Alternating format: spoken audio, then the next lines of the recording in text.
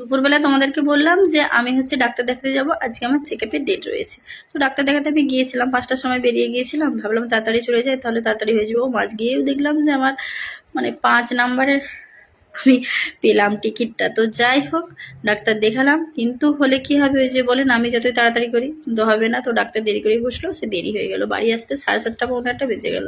এসে সন্ধে দিলাম, ওরা সন্ধ্যাটাও দেয়নি, কারণ ওদের তো এখন পরীক্ষা টরীক্ষা হয়ে গেছে, ওরা বিন্দাস ওদের মতন ওরা কাটাচ্ছে। তো যাই হোক, কোথাও বেরোতেও পারছে না আমার জন্য।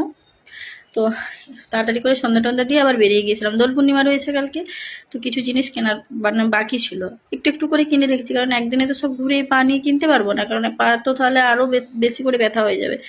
তো এক এক দিন করে একটু একটু করে কেনাকাটা করে রেখেছিলাম, কখনো ছেলে কিনে এনেছে, কখনো আমি কিনে এনেছি। তো যাই হোক, কিছু বাকি ছিল, কালকে খালি ফুল আর দইটা নিয়ে আসলেই হয়ে যাবে। চলো তোমাদেরকে দেখায়। এই জিনিসটাই কিনতে বাকি ছিল, এই যে আবির। অনেকগুলো ওরা নিয়েছে, অনেক রকম রং নিয়েছে।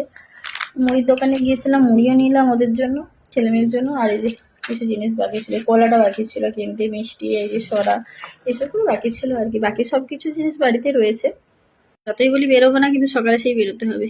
তো কালকে ফুলটা দইটা নিয়ে আসলেই হয়ে যাবে। তাহলে চলো, এখনকার মতন টাটা, আবার কালকে দেখা হচ্ছে। সবাই ভালো থেকো, সুস্থ থেকো, সাবধানে থেকো।